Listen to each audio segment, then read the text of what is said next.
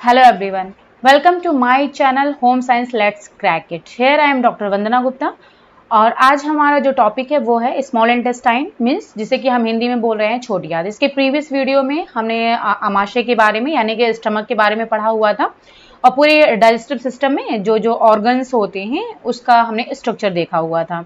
तो चलिए जो जो इम्पोर्टेंट है आपके सिलेबस में वो हम यहाँ पर डिस्कस कर लेते हैं। तो इसमें इससे स्टमक हम डिस्कस कर चुके हैं विद स्ट्रक्चर। अब आज हम छोटी आंत यानी कि स्मॉल इंटेस्टाइन डिस्कस करेंगे। इसके अलावा जो भी और पार्ट्स हैं जो कि आपके एग्जाम में पूछे जाएंगे तो वो हम डिस्कस करेंगे। चलिए फिर स्टार्ट करते हैं। और अगर आप देख रहे हो यहाँ पर मेरे इस वीडियो को देन लाइक ज़रूर कर दें, क्योंकि लाइक व्यूज़ तो बहुत सारे दिखाई पड़ते हैं बट लाइक बहुत कम होता है। तो अगर आपको पसंद आ रहा है देन लाइक ज़रूर करें और शेयर भी करें और सब्सक्राइब भी करें। चलिए फिर स्टार्ट करते हैं। देखिए स्मॉल इंटेस्टाइन का पहले हम स्ट्रक्चर जान लेते हैं। तो यहाँ पर मैं आपको इसका पिक्चर दिखाती हूँ जिससे कि आपको क्लियरली समझ में आएगा। उसके साथ साथ में उसका स्ट्रक्चर के साथ साथ में उसके बारे में भी बताती हुई चलूंगी।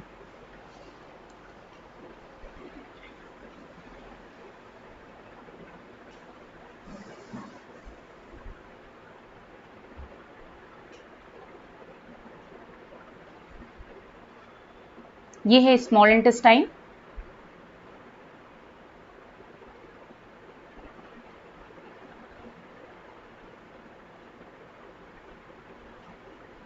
ओके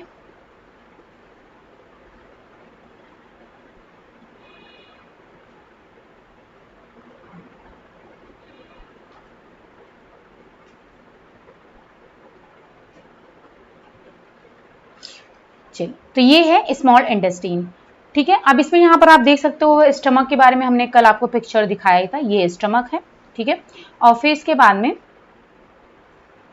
ये लार्ज इंटेस्टाइन है, ठीक है, जो बाहर की साइड में दिखाई पड़ रहा है ये लार्ज इंटेस्टाइन है। और ये है आपका स्मॉल इंटेस्टाइन।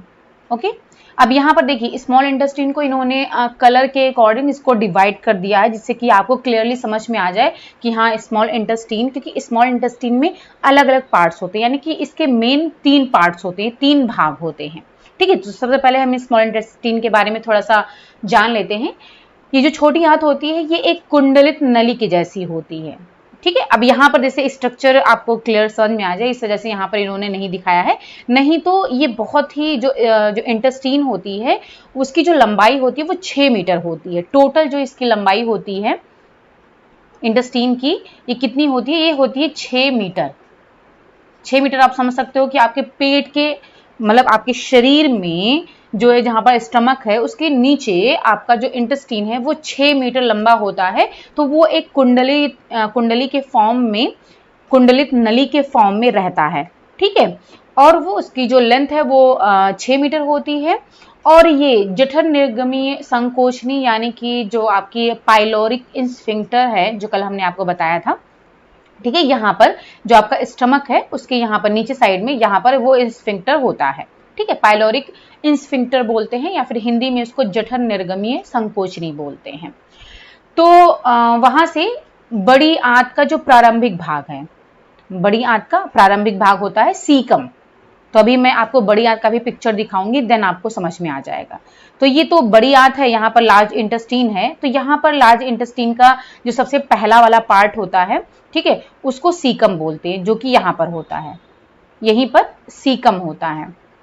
ठीक है, अभी आपको जब लार्ज इंटेस्टाइन का मैं अलग से पिक्चर दिखाऊंगी देन आपको समझ में आ जाएगा।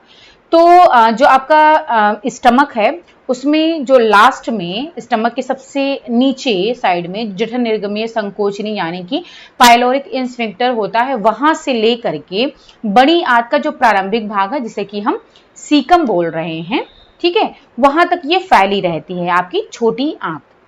इसकी लंबाई जो है जब मैंने बताया 6 मीटर लंबी होती है। ठीक है, और जो आपकी उदर श्रोणि गुहा है यानी कि जो एब्डोमिनल पेल्विक कैविटी है उसके मध्य भाग में सामान्यतः ये बड़ी आंत से घिरी हुई होती है। तो पिक्चर में आपको दिख रहा होगा ये बड़ी आंत है। ठीक है, ये चारों साइड में चारों तरफ से ये बड़ी आंत से घिरी हुई होती है और इसके बीच में आपकी छोटी आंत होती है। ओके, अच्छा, अब यहाँ पर जो आपका ये बड़ी आंत का जो प्रारंभिक भाग है सीकम, और ये जो आपका छोटी आंत का सबसे एंड वाला पार्ट है, ये दोनों मिल करके जहां पर ये दोनों मिलते हैं उसके बीच में एक इलियोसिकल वॉल्व होता है। ठीक है, आप कह सकते हो कि वॉल्व मीन्स आप दरवाजा, द्वार बोल सकते हो। इलियोसिकल द्वार होता है या फिर इलियोसिकल वॉल्व होता है। ये यहाँ पर लिखा भी हुआ है इलियोसिकल जंक्शन, ये है जो ग्रीन कलर से यहाँ पर दिख रहा है ना, यही है आपका इलियोसिकल जंक्शन है, जहां पर आपका इंटेस्टाइन खत्म हो रहा है, यानी कि इलियम सबसे जो लास्ट पार्ट होता है इंटेस्टाइन का, वो होता है इलियम। ठीक है, सबसे पहला होता है डियोडेनम, ये पहला पार्ट होता है, ये जेजुनम आपका दूसरा पार्ट है, और ये है आपका तीसरा पार्ट। ठीक है, 3 पार्ट होते हैं स्मॉल इंटेस्टाइन के, डियोडेनम, जेजुनम और इलियम। अब जो डियोडेनम है इसको हिंदी में कहते हैं ग्रहणी। ठीक है, और जो आपका जेजुनम है इसको हिंदी में कहते हैं मध्यांत्र, और जो इलियम है इसको हिंदी में बोलते हैं शेषांत्र। शेषांत्र हिंदी में, इंग्लिश में डियोडेनम, जेजुनम और इलियम। तो ये 3 पार्ट आपके इंटेस्टाइन के हो गए। अब ये जो लास्ट वाला पार्ट है इलियम का, इंटेस्टाइन का, वो है इलियम। और जो आपका बड़ी आंत यानी कि जो लार्ज इंटेस्टाइन है उसका जो पहला वाला पार्ट है सीकम। तो इलियोसिकल इसी से मिलकर के बना, इलियो मीन्स इलियम और सीकल मीन्स सीकम। तो इलियो, इलियम और सीकम के बीच में जो जंक्शन होता है, ठीक है, जो वॉल्व होता है, जो द्वार होता है, उसी को बोलते हैं इलियोसिकल जंक्शन या फिर इलियोसिकल वॉल्व, या फिर आप इलियोसिकल द्वार भी कह सकते हो। ओके, और यहां पर आप देखिएगा डियोडिनो जेजुनल फ्लैक्सर। अब फ्लैक्सर जो है ना, इसका मतलब होता है कि आप जोड़ कह सकते हो। जैसे कि आप कोई नैपकिन है, अगर आप जब उसको फोल्ड करोगे, नैपकिन को जब आप फोल्ड करते हो तो क्या होता है, उसमें कोना निकल आता है। ठीक है, या फिर आप अपने जो क्या बोलते हैं हाथों को आप जब मोड़ते हो तो एक शेप बन जाता है। ठीक है, एक कोना निकल आता है, एक शेप बन जाता है। तो जहां पर कोई भी जॉइंट्स, ठीक है, जहां पर वो मुड़ रहा है, तो वो जो मुड़ने पर जो शेप आ रहा है उसी को फ्लैक्सर बोलते हैं। तो यहाँ पर डियोडिनो जेजुनल फ्लैक्सर का मतलब है डियोडिनम, यानी जो आपका स्मॉल इंटेस्टाइन का जो पहला वाला पार्ट है डियोडिनम, और जेजुनम, यहां तक आपका डियोडिनम है। देख रहे हैं पिक्चर, यहाँ पर कलर से भी आपको समझ में आ जा रहा होगा, ये हल्का सा थोड़ा सा ऑरेंज कलर में है, ये डियोडिनम है। फिर यहाँ से आपका पिंक कलर का ये स्टार्ट हो रहा है, यहाँ से ये स्टार्ट हो रहा है। ठीक है, यहाँ से लेकर के आपके यहाँ तक है, ये आपका जेजुनम है, और फिर यहाँ से लेकर के यहाँ तक आपका इलियम है। ओके, तो ये डियोडिनम और जेजुनम के बीच में जो यहाँ पर ग्रीन कलर का दिख रहा है, जो ठीक है, जो मोड़ दिख रहा है, उसी को बोल रहे हैं डियोडिनो जेजुनल फ्लैक्सर। ठीक है, इन दोनों के बीच में होता है, इसे डियोडिनम और जेजुनम, जेजुनम का स्टार्टिंग पॉइंट और डियोडिनम का लास्ट पार्ट, ये दोनों जहां पर जुड़ रहे हैं उसी को डियोडिनो जेजुनल फ्लैक्सर बोल रहे हैं। ओके, तो ये पिक्चर आपको समझ में आ गया होगा स्मॉल इंटेस्टाइन का। ठीक है, चलिए अब आगे देख लेते हैं। ये तो इसके पार्ट्स हो गए, 3 पार्ट्स। अब जो डियोडिनम है इसके बारे में जान लेते हैं। डियोडिनम क्या है, ये आपका अंग्रेजी अक्षर के सी के आकार का होता है। तो यहाँ पर आप देख सकते हो ये कैसा एक स्ट्रक्चर यहाँ पर बन रहा है, सी। ठीक है, तो ये अंग्रेजी के सी के आकार का जो है होता है डियोडिनम। ओके, और लगभग ये 25 सेंटीमीटर लंबा होता है। जो डियोडिनम है आपका, ये कितना है, 25 सेंटीमीटर ये लंबा होता है डियोडिनम। ओके, और इसमें एक छिद्र होता है जिसे कि एम्पुला ऑफ वेटर बोलते हैं। इसमें पित्त वाहिका एवं अग्न्याशयिक वाहिका, यानी कि आप कह सकते हो बाइल डक्ट और जो पैनक्रियाटिक डक्ट होता है वो यहीं पर खुलती है डियोडिनम में। बाइल डक्ट क्या है, बाइल डक्ट का मतलब जो बाइल होता है वो आपका बाइल जूस, ठीक है, बाइल क्या करता है, ये बाइल जूस को स्रावित करता है, यानी कि उसका सिक्रीशन करता है। ठीक है, तो जो बाइल है, ये बाइल की जो हम बात कर रहे हैं, बाइल इंग्लिश में इसको ऐसे लिखते हैं, ठीक है। अब ये जो बाइल है ना, ये बाइल जूस का श्रावण करता है, बाइल जूस का, ठीक है। अब ये जो बाइल जूस है ये क्या करता है, ये फैट को, वसा को पचाने में मदद करता है, ठीक है। वसा के पाचन में ये मदद करता है। और ये कहाँ से सिक्रीट होता है, ये लिवर से आपके, इसका जो सिक्रीशन होता है वो होता है लिवर से, ठीक है। लिवर से इसका क्या हो रहा है, सिक्रीशन हो रहा है, श्रावित हो रहा है। और श्राव हो रहा है यानी कि निकलता है। और इसका स्टोरेज कहां पर होता है, भंडारण जिसे हम कह सकते हैं, इसका स्टोरेज होता है गॉल ब्लैडर में। तो देखिए ये मैं इसलिए बता रही हूं क्योंकि ये एग्जाम में ये क्वेश्चन पूछा जाता है कि जो बाइल है, पहली बात तो पहला क्वेश्चन यहां से बन रहा है कि बाइल का जो बाइल जूस है वो किसके पाचन में मदद करता है, तो ये वसा के पाचन में मदद करता है, ठीक है, फैट को पचाने में। इसका सिक्रेशन कहां से होता है, कहां से निकलता है, लिवर से। और इसका स्टोरेज कहां पर होता है, ये होता है गॉल ब्लैडर में, ठीक है। तो 3 क्वेश्चन यहां से बन रहे हैं, इसको आप जरूर नोट डाउन कर लीजिएगा, ओके। तो आपका ये जो बाइल है, अब देखिए जो बाइल जूस का श्रावण होगा तो जाहिर सी बात है उसके लिए कोई ना कोई वाहिका चाहिए, तो वही बाइल डक्ट जो है वो बाइल डक्ट क्या करती है, बाइल जूस को आपके डियोडेनम में पहुंचाती है, ठीक है। तो यहां पर यही कहा जा रहा है कि डियोडेनम में जो बाइल जूस है उसको बाइल डक्ट पहुंचाती है, यानी कि बाइल डक्ट आपकी डियोडेनम में खुलती है। और जो पैनक्रियाटिक डक्ट है यानी कि जो अग्न्याशयिक वाहिका है वो भी आपकी डियोडेनम में ही खुलती है, यानी कि डियोडेनम में आपका बाइल जूस होता है और डियोडेनम में आपका पैनक्रियाटिक जूस भी होता है, ठीक है। दो चीजें यहां पर खुलती हैं, ओके। अब ये जो है ये संकोचनी जैसी जो पेशियां होती हैं, मतलब ये जो आपका डियोडेनम है वो संकोचनी जैसी पेशियां यानी कि इंस्फिक्टर जैसी इसमें पेशियां होती हैं, मसल्स होती हैं, उससे ये घिरा हुआ होता है, जिसे कि बोलते हैं इंस्फिंक्टर ऑफ ओडाई। जो आपका डियोडेनम है वो किससे घिरा होता है, ये संकोचनी जैसी पेशियों से, संकोचनी जैसी पेशियों से घिरा होता है, जिसे कि कहते हैं जैसी पेशियां, ठीक है। इसे बोलते हैं, इसको नाम दिया गया है इंस्फिंक्टर ऑफ ओडाई, ठीक है। इन्हीं से जो आपका डियोडेनम है वो घिरा हुआ होता है, ओके। तो 3 चीजें इसमें डियोडेनम का जो मेन चीज, एक तो एक सी के आकार का होता है, दूसरा इसकी लेंथ 25 सेंटीमीटर होती है, ठीक है। और ये इंस्फिंक्टर ऑफ ओडाई से घिरा हुआ होता है। और इसमें आपका पैनक्रियाटिक डक्ट और बाइल डक्ट यहीं पर खुलती है। तो ये डियोडेनम हो गया। दूसरा है आपका जैजुनम, ये छोटी आंत के शेष भाग का जो ऊपरी 2/5 भाग होता है, 2/5, जो जैजुनम है ना जिसे हम मध्यांत्र बोल रहे हैं, ये आपका 2/5 भाग होता है। लगभग इसकी जो लंबाई है वो 2.5 मीटर होती है, 2.5 मीटर, या फिर अगर हम फीट में इसको बोलें तो 8 फीट, 8 फीट, ठीक है। तो जैजुनम की लंबाई आप कह सकते हो लगभग 2.5 मीटर होती है, यानी कि 8 फीट होती है। और जो ग्रहणी है यानी कि जो डियोडेनम है उसकी 25 सेंटीमीटर, ये 2.5 नहीं है, ठीक है, आप कंफ्यूज मत होइएगा, ये 25 सेंटीमीटर है, ठीक है, ये 25 सेंटीमीटर होता है। और ये जो आपका जैजुनम है वो 2.5 मीटर होता है, लगभग 8 फीट होता है इसका लंबाई। और जो यहाँ पर इलियम है ये छोटी आंत का अंतिम भाग होता है और इसका जो होता है ये 3/5 होता है, ठीक है। ये 2/5 था मध्यांत जैजुनम, और जो आपका इलियम है वो 3/5 है भाग है।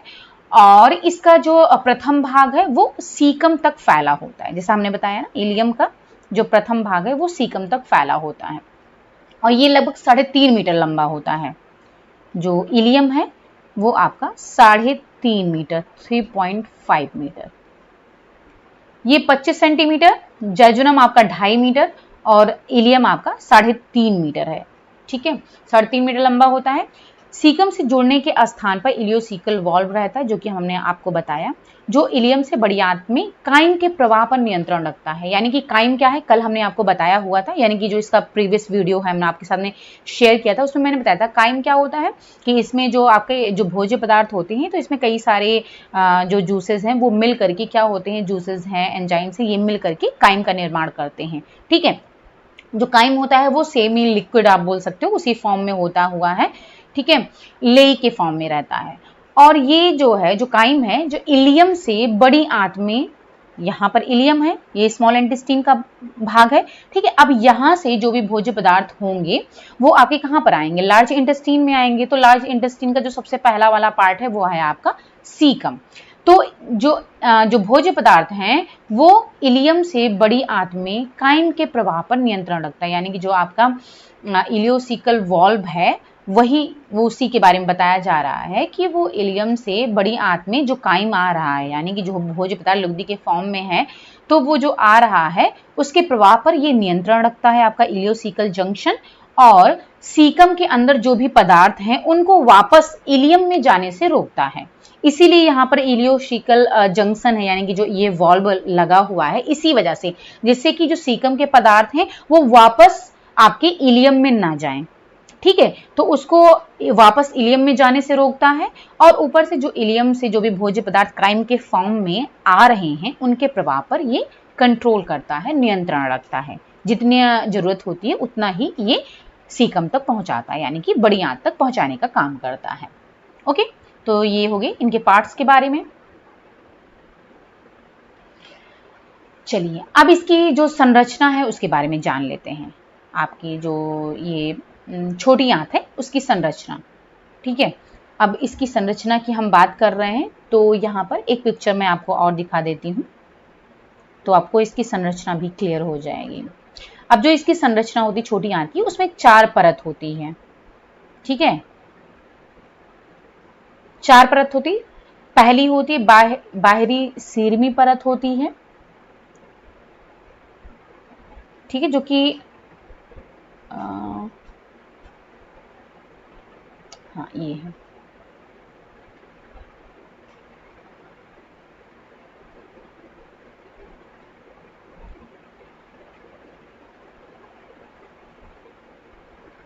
चलिए, तो इसमें आपको परत समझ में आ जाएगा।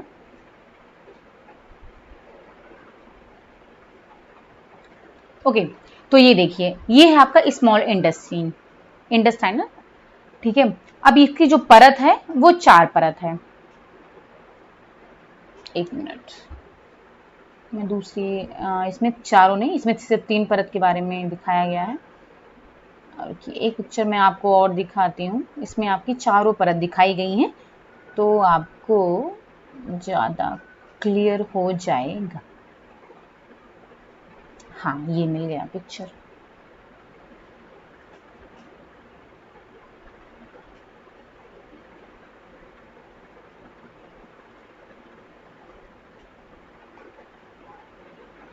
हाँ, ये देखिए आप, इसमें चारों परत दिखाई गई है।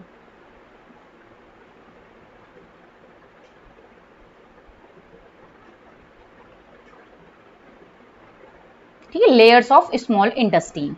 अब देखिए इसमें चारों परत है। सिरोसा ये सबसे बाहरी परत है। ठीक है, इसको हिंदी में हम कह सकते हैं बाहरी सीरमी परत, यानी ये म्यूकस मेम्ब्रेन होती है, सीरमी परत बोला जा रहा है। ठीक है, ये आपकी दूसरी परत होती है मस्कुलैरिस, जिसे कि हिंदी में कह सकते हैं हम पेशीय परत, यानी कि इसमें मसल्स होती हैं, इसलिए मस्कुलैरिस बोला जा रहा है, पेशीय परत। ठीक है, और ये तीसरी आपकी होती है सब म्यूकोसा, जिसे कि हम बोलते हैं अवश्लेष्मिक परत, अवश्लेष्मिक परत। और ये जो है आपकी म्यूकोसा है। ठीक है, इसको बोलते हैं श्लेष्मिक परत, इसको कहते हैं श्लेष्मिक परत। ठीक है, तो ये आपकी इंटेस्टाइन के 4 जो है भाग हो गए। तो सबसे जो बाहर की जो परत है, ठीक है, ये बाहरी सीरमी परत होती है जिसे कि बोलते हैं सिरोसा, ये बाहर की साइड में है, ये पेरिटोनियम की बनी होती है, ठीक है। फिर दूसरी है आपकी मस्कुलरिस जिसे कि हम बोल रहे हैं पेशीय परत। इसमें क्या होती है आपकी ब्लड वेसल्स होती हैं, रक्त कोशिकाएं होती हैं, लसिका वाहिकाएं होती हैं यानी कि लिम्फेटिक वेसल्स होती हैं, और तंत्रिकाएं होती हैं यानी कि नर्वस टिश्यूज होते हैं इसमें। तो इसमें जो ब्लड वेसल्स हैं, लिम्फेटिक वेसल्स हैं और जो नर्वस टिश्यूज हैं, इनका जाल फैला रहता है, यानी कि ये सारी आपकी पेशीय परत में होती हैं। और यहाँ से क्रमाकुंचन गतियां भी उत्पन्न होती हैं। क्रमाकुंचन गतियां यानी कि जो पेरिस्टाल्टिक मूवमेंट है, क्रमाकुंचन गतियां हैं, वो भी यहीं से उत्पन्न होती हैं। फिर जो तीसरी परत है जिसे कि हम बोल रहे हैं अवश्लेष्मिक परत यानी कि सब म्यूकोसा बोल रहे हैं या फिर सब म्यूकोसल लेयर भी कह सकते हैं इसको। ये आपकी जो है इसमें भी रक्त कोशिकाएं होती हैं, लसिका वाहिकाएं होती हैं, ग्रंथियां यानी कि ग्लैंड्स होती हैं और तंत्रिकाओं का जाल फैला रहता है, ठीक है। और इसमें आपका जो सब म्यूकोसा है, इसमें क्या होता है, ड्यूोडेनम में कुछ विशेष प्रकार की छोटी छोटी गुच्छों के रूप में ग्रंथियां होती हैं। जैसा हमने बताया सब म्यूकोसा में आपके ब्लड वेसल्स, लिम्फेटिक वेसल्स और नर्वस टिश्यू तो होते ही हैं, ठीक है, जो कि आपके पेशीय परत में भी थे, इसमें भी हैं। लेकिन इसमें इन तीनों के अलावा ग्लैंड्स भी होते हैं सब म्यूकोसा में। ये सब म्यूकोसा है ना, तो इसमें ग्रंथियां भी होती हैं। और ये जो ग्रंथियां हैं तो उसमें छोटी छोटी गुच्छों के रूप में ग्रंथियां होती हैं, जिसे कि इन ग्रंथियों का नाम है ब्रूनर्स ग्रंथियां। ब्रूनर्स ग्रंथियां कहते हैं, ठीक है। ब्रूनर्स ग्रंथियां इंग्लिश में भी मैं लिख देती हूं इसको इस तरीके से, ब्रूनर्स ग्लैंड, ठीक है। ये छोटी छोटी गुच्छों के रूप में इसमें रहती हैं, सब म्यूकोसा में पाई जाती हैं।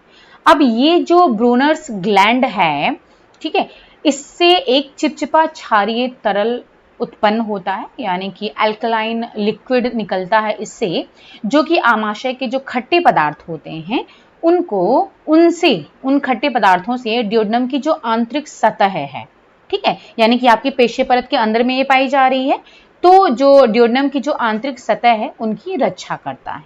ये जो ब्रूनस ग्लैंड है, ये आमाशय की जो खट्टे पदार्थ हैं उनसे जो है ड्यूोडेनम की आंतरिक सतह की रक्षा करती हैं, ठीक है, इसलिए इनका काम है। तो इसको भी आप नोट डाउन कर सकते हो, ये भी पूछा जा सकता है कि कौन सी ग्लैंड्स पाई जाती हैं और इनका काम क्या है। ओके, चलिए अब श्लेष्मिक परत की बात कर लेते हैं जिसे कि हम म्यूकोसा बोल रहे हैं। इसमें आप देख रहे हो ये जो श्लेष्मिक परत है यानी जो ये म्यूकोसा है, ये वाला, ठीक है, ये म्यूकोसा है। इसमें आप देख रहे हो कि इसमें झालर के जैसी संरचना दिखाई दे रही है, ठीक है, ये जो संरचना आपको दिखाई दे रही है झालर के जैसे दिखाई दे रही है। तो ये जो झालर के समान गोलाकार वलय है, ठीक है, प्लेसी सर्कुलेरिस इसे बोलते हैं, ये अवशोषण के लिए म्यूकोसा के जो उपलब्ध क्षेत्र यानी कि जो म्यूकोसा का ये जो क्षेत्र है, जो एरिया है, सरफेस एरिया है, इसको बढ़ाने का काम करते हैं, ठीक है। ये इसी में इस तरीके से झालर के समान होते हैं, ये अंगुलियों की समान संरचना होती है। जैसे अब इस पिक्चर में तो आपको बहुत कम दिखाई पड़ रहा है, लेकिन ओरिजिनल में ये बहुत सारे होते हैं, ठीक है, बहुत ज्यादा होते हैं। ये जो संरचना ही होती है इस तरीके से क्या होता है, ये क्या होता है, इनका जो सरफेस एरिया है उसको बहुत ज्यादा बढ़ा देते हैं, इंटेस्टाइन का जो सरफेस एरिया है उसको बहुत अधिक बढ़ा देते हैं। इस परत में असंख्य लगभग 0.5 से लेकर के 1 मिलीमीटर लंबे अंगुलियों के आकार के उभार निकले होते हैं, यानी कि जो ये झालर जैसी संरचना है इसका जो उभार है, इसकी जो ऊंचाई है वो कितनी होती है, 0.5 से लेकर के 1 मिलीमीटर, ठीक है, ये इसका उभार होता है, ठीक है। और ये अंगुलियों के आकार का उभार होता है जिसे कि बोलते हैं विलाई, ये यहाँ पर लिखा हुआ है ना, इसको बोलते हैं हम विलाई, हिंदी में इसको कहते हैं अंकुर,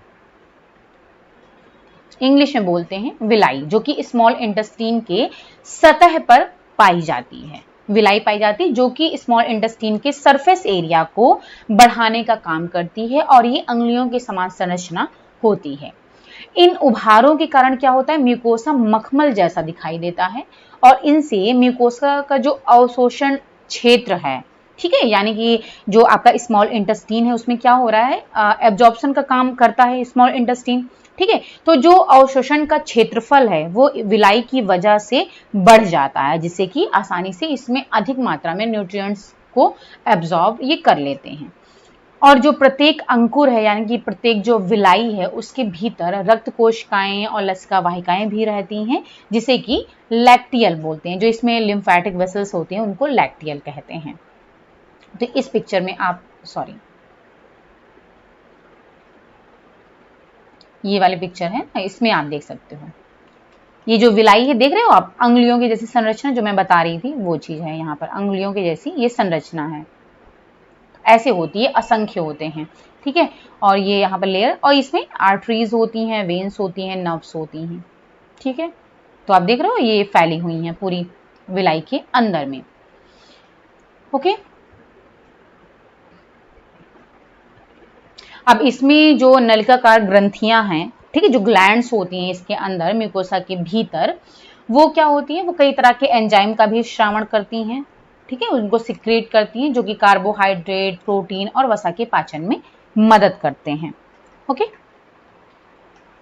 चलिए अब आते हैं हम छोटी आंत के काम के बारे में बात कर लेते हैं। ये तो स्ट्रक्चर हो गया, आई थिंक आपको समझ में आ गया होगा छोटी आंत के बारे में। अब इसका काम क्या है, इसके हम कार्य की बात कर लेते हैं, इसका फंक्शन क्या है।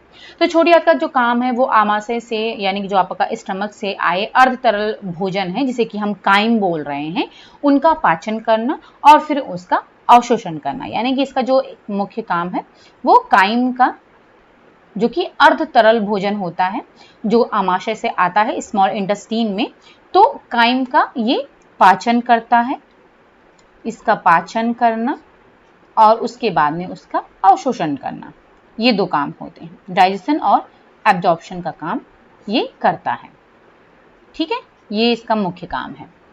यह कार्य आंत्र पेशियों की गतियों तथा एंजाइम्स की रासायनिक क्रिया द्वारा संपादित होती है। यानी कि जो भी इसमें एंजाइम्स होते हैं और जो इसमें गतियां, जो पेरिस्टाल्टिक मूवमेंट हो रहा है, उनके द्वारा ये काम होता है। और ये एंजाइम्स न केवल छोटी आंत से बल्कि अग्न्याशय द्वारा भी स्रावित होते हैं। यानी जो एंजाइम्स हैं वो सिर्फ आपके स्मॉल इंटेस्टाइन में जो जिनका श्रावण हो रहा है, जो सिक्रीट हो रहे हैं, बस वही नहीं, बल्कि जो आपका पैनक्रियाज है, जो अग्न्याशय है, उनके द्वारा जो भी जो एंजाइम का श्रावण हो रहा है वो भी इनके पाचन और अवशोषण में मदद करते हैं। जैसा हमने बताया था कि डियोडनम में क्या था, आपका जो पैनक्रियाटिक डक्ट है वो भी यहाँ पर खुलती है, तो खुलती है तो पैनक्रियास में जो भी एंजाइम्स हैं, जो भी जूसेस हैं, तो वो भी आपके स्मॉल इंटेस्टाइन में आ जाएंगे और इनको पचाने में मदद करेंगे, ओके। अब देख लेते हैं जो छोटी आंत है उसमें कौन कौन से पाचक एंजाइम्स हैं, उनके बारे में बात कर लेते हैं। पाचक एंजाइम्स,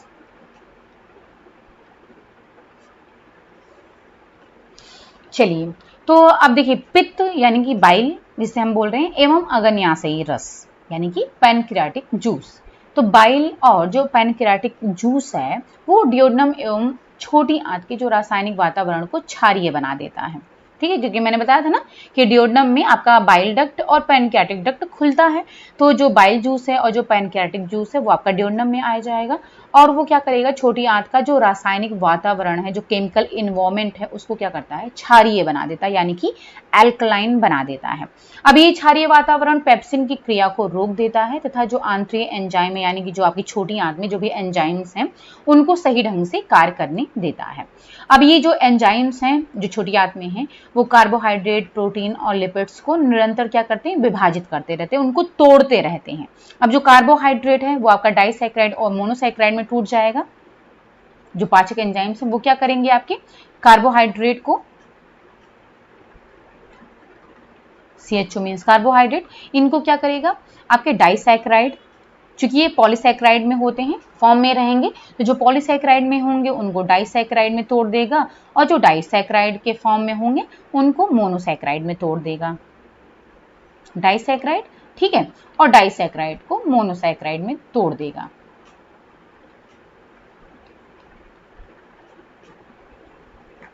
ठीक है, यानी कि अब इनको कार्बोहाइड्रेट को इसने तोड़ दिया, डाइसैकेराइड मोनोसैकेराइड में तोड़ दिया।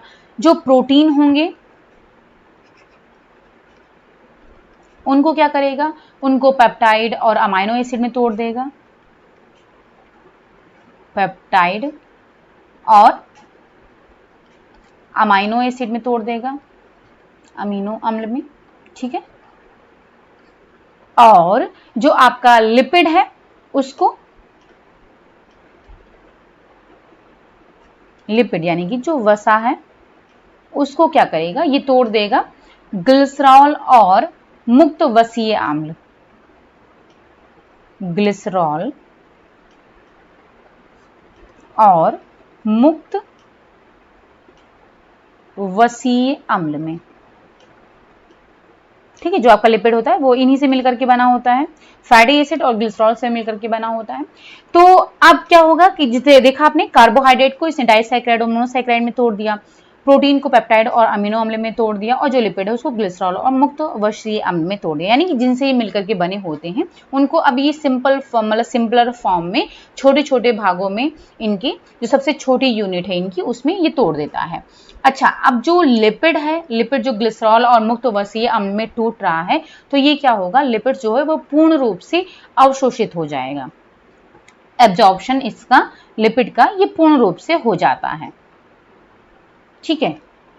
और इस प्रकार जो लिपिड्स का उद्वाचन, जो ये मतलब जो ये ग्लिसरॉल और मुक्त वसीय अम्ल है, ये इनकी अवशोषित, पूर्ण रूप से अवशोषित होने वाली इकाई है, इनमें ये तोड़ देता है। इसके बाद में अब क्या होगा, जो लिपिड है उसका पाचन यानी कि उसका जो डाइजेशन है वो यहाँ पर पूर्ण हो जाता है, लेकिन जो कार्बोहाइड्रेट और जो प्रोटीन है उनका पाचन अभी आगे की पाचक क्रिया के द्वारा होता है, यानी कि आगे भी पाचक क्रियाएं होती हैं उसके द्वारा ये संपन्न होता है, लेकिन जो लिपिड्स का पाचन है वो यहाँ पर पूरा हो जाता है। ओके, अब इसके बाद में, अच्छा, अब यहां पर जो जैसे कि ये है जो पाचक एंजाइम्स हैं, अब जैसे कार्बोहाइड्रेट के लिए पाचक एंजाइम्स कौन कौन से होंगे, इसके लिए आपका एमाइलेज आ जाता है, प्रोटीन के लिए आपका आ जाता है प्रोटीज आ जाता है, और जो है ये जो लिपिड है उसके लिए लाइपेज आ जाता है, ठीक है। यानी अलग अलग एंजाइम्स जो होते हैं जो इनका पाचन करते हैं। तो ये आपके स्मॉल इंटेस्टाइन के एंजाइम्स होते हैं,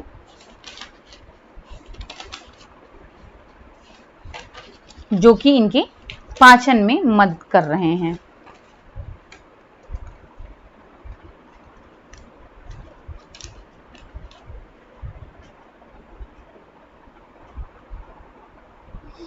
अच्छा, यहाँ पर जो स्मॉल इंटेस्टाइन है, जिसे हमने बताया था कि पैनक्रियास से भी यहाँ पर एंजाइम आते हैं, तो पैनक्रियास से भी पैनक्रियाटिक अमाइलेज होता है, वो यहाँ पर आता है और जो स्टार्च होता है यानी जो पॉलीसैकेराइड है उनको तोड़ने का काम करता है। ओके, और जो आपका ये है, हाँ, जो अगर जैसे लैक्टोज है तो लैक्टोज को लैक्टेज एंजाइम तोड़ेगा, ठीक है। और जो सुक्रोज हैं उनको जो है सुक्रेज एंजाइम तोड़ेगा। तो यहाँ पर मैं बता देती, इसको थोड़ा सा मैं बता देती हूँ आपको, ये समझ में आ जाएगा आपको कि कैसे कैसे ये टूटता है। सॉरी, जो मतलब सैकराइड के बारे में, कार्बोहाइड्रेट के बारे में थोड़ा सा हम यहाँ पर बता देते हैं। देखिए, जो लैक्टोज है,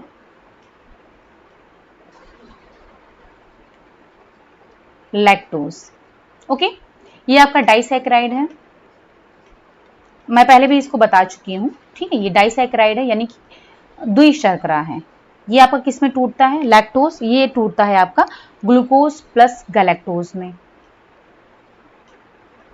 ग्लूकोज प्लस ये गैलेक्टोज में टूटता है। ये दोनों मोनोसैकेराइड हैं, ग्लूकोज भी मोनोसैकेराइड है और गैलेक्टोज भी मोनोसैकेराइड है, ठीक है। जैसा हमने बताया था कि जो डाइसैकेराइड होगा वो मोनोसैकेराइड में टूट जाएगा। ओके, अब यहाँ पर जो एंजाइम काम करेगा वो कौन सा होगा, वो है आपका लैक्टेज, ये एंजाइम है। ओके, तो ये लैक्टोज का हो गया। दूसरा क्या है, सुक्रोज, ये भी आपका डाइसैकेराइड है, सुक्रोज भी, ठीक है। ये किस में टूटेगा, ये भी आपका टूटेगा ग्लूकोज और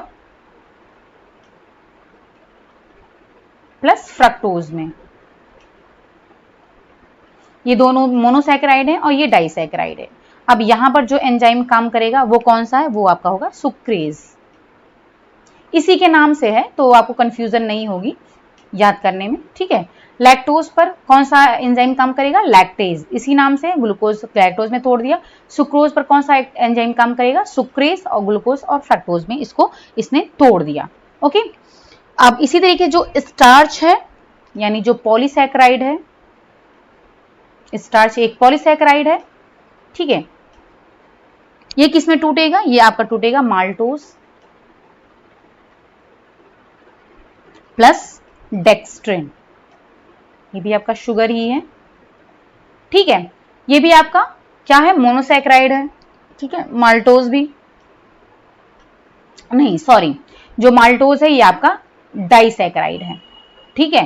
तो स्टार्च ये आपका पॉलीसैकेराइड है और ये आपका डाइसैकेराइड है, ये डेक्स्ट्रिन भी आपका सैकेराइड है।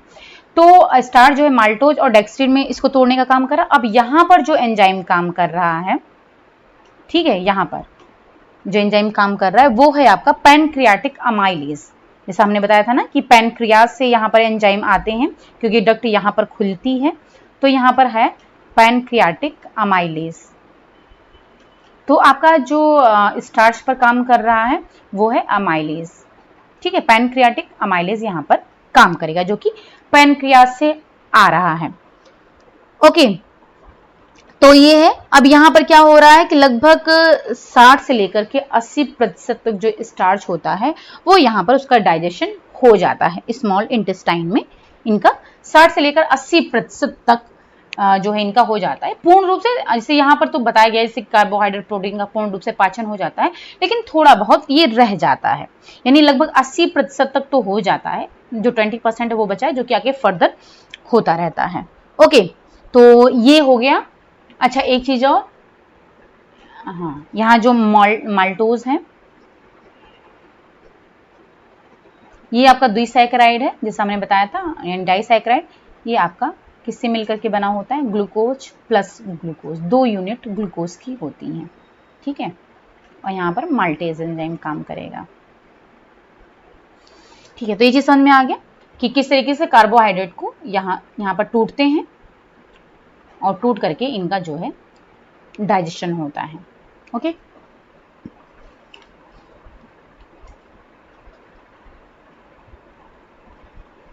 तो ठीक है, तो ये हो गया। यहाँ पर अब लगभग जैसा हमने बताया कि जो स्मॉल इंटेस्टाइन है तो 80% तक तो जो है डाइजेशन इनका यहाँ पर हो जाता है डिओडनम में, और जो इनका पूर्ण रूप से कार्बोहाइड्रेट का डाइजेशन होता है पूर्ण रूप से वो आपका कंप्लीट होता है कहाँ पर, मेनली जेजुनम और जो इलियम है वहां पर इसका कंप्लीटली जो है ये डाइजेस्ट हो जाते हैं कार्बोहाइड्रेट। ओके, चलिए, तो ये हो गया। और जो कार्बोहाइड्रेट के एंड प्रोडक्ट हैं तो आपको पता चल गया, यहाँ पर ग्लूकोज, गैलेक्टोज और फ्रक्टोज ये होते हैं।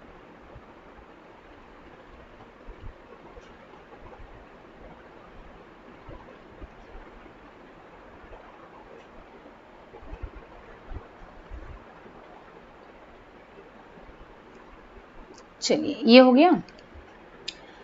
अब इसके बाद में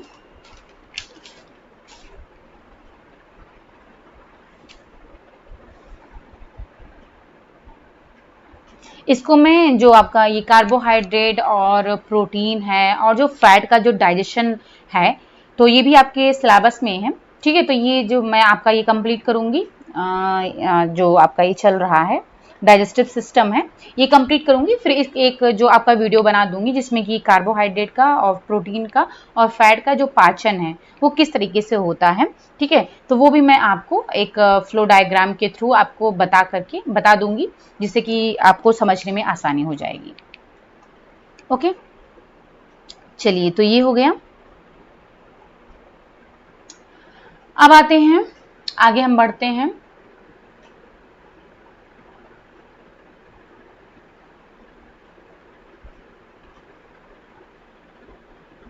अच्छा, अब जो जैसे हमने बताया जो कार्बोहाइड्रेट का पाचन हुआ और जो प्रोटीन का पाचन हुआ, ठीक है।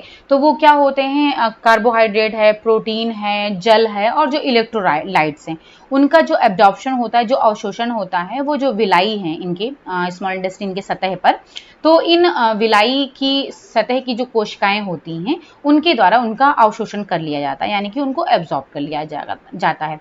अब इसके बाद में क्या होता है, जहां से ये जो अवशोषित पदार्थ हैं वो रक्त कोशिकाओं के द्वारा रक्त कोशिकाओं में पहुंचते हैं, यानी कि ब्लड वेसल्स में, ब्लड सेल्स में पहुंचते हैं और वहां पर पहुंच करके ये वेन्स में चले जाते हैं, ठीक है। यानी कि वेन्स यानी कि शिराओं द्वारा फिर ये वेन्स से ये यकृत में यानी कि लिवर में पहुंच जाते हैं। फाइनली जो आपका कार्बोहाइड्रेट, प्रोटीन का पाचन हो गया है और जल और जो इलेक्ट्रोलाइट्स हैं वो आपके फाइनली कहाँ पहुंच रहे हैं, पाचन होने के बाद में, उनका एब्जॉर्प्शन होने के बाद में वो पहुंच रहे हैं आपके लिवर में, ठीक है। और जो वसा पाचन यानी कि जो फैट का डाइजेशन हो रहा है, उसके जो अंतिम उत्पाद हैं यानी कि जो उनके फैटी एसिड्स और ग्लिसरॉल हैं, वो उनका एब्जॉर्प्शन जो है उनका भी अंकुरों की बाहर की कोशिकाओं के द्वारा ही उनका भी अवशोषण होगा, एब्जॉर्प्शन होगा, जहां से ये क्या होते हैं, जो विलाई हैं उनमें जो लसिका, जो लिम्फेटिक वेसल्स पाई जा रही हैं, जो भी मैंने आपको पिक्चर दिखाया, ठीक है, विलाई में जो लिम्फेटिक वेसल्स पाई जा रही हैं, लसिका वाहिनियां जो पाई जा रही थी, तो उसमें जो है ये पहुंच जाते हैं और वहां से ये लसिका वाहिनियों के द्वारा ये कहाँ पहुंच जाते हैं, ये आपके फिर पहुंच जाएंगे शिराओं में, पहुंचेंगे वेन्स में, पहुंचेंगे और वेन्स से फिर ये रक्त प्रवाह में मिल जाते हैं, ठीक है, यानी कि ब्लड सर्कुलेशन में चले जाते हैं ये फाइनली। ओके, तो जैसे कार्बोहाइड्रेट, प्रोटीन जो है आपको कहाँ पहुंचा, वो आपके लिवर में पहुंचता है फाइनली, और जो आपका फैट है वो पहुंचता है आपके ब्लड में, रक्त प्रवाह में पहुंच जाता है वेन्स के थ्रू, ठीक है। तो ये आपका हो गया स्मॉल इंटेस्टाइन का बारे में हमने फिलहाल, आई थिंक आपको समझ में आ गया होगा। तो यहाँ पर ये पूरा आपका स्मॉल इंटेस्टाइन का चैप्टर खत्म हो गया। इसके बाद में जो हम पढ़ेंगे वो है आपका बड़ी आंत, ठीक है। तो बड़ी आंत के देखिए, बड़ी आंत तो आपके इसमें सिलेबस में उसमें इसको डिटेल में फिलहाल नहीं दिया है पढ़ने के लिए, फिलहाल मैं आपको लेकिन पिक्चर के थ्रू बता दूंगी, क्या पता पूछ ही ले। तो बड़ी आंत के बारे में हमको पढ़ना है, चलिए तो इसको हम नेक्स्ट वीडियो में पढ़ते हैं।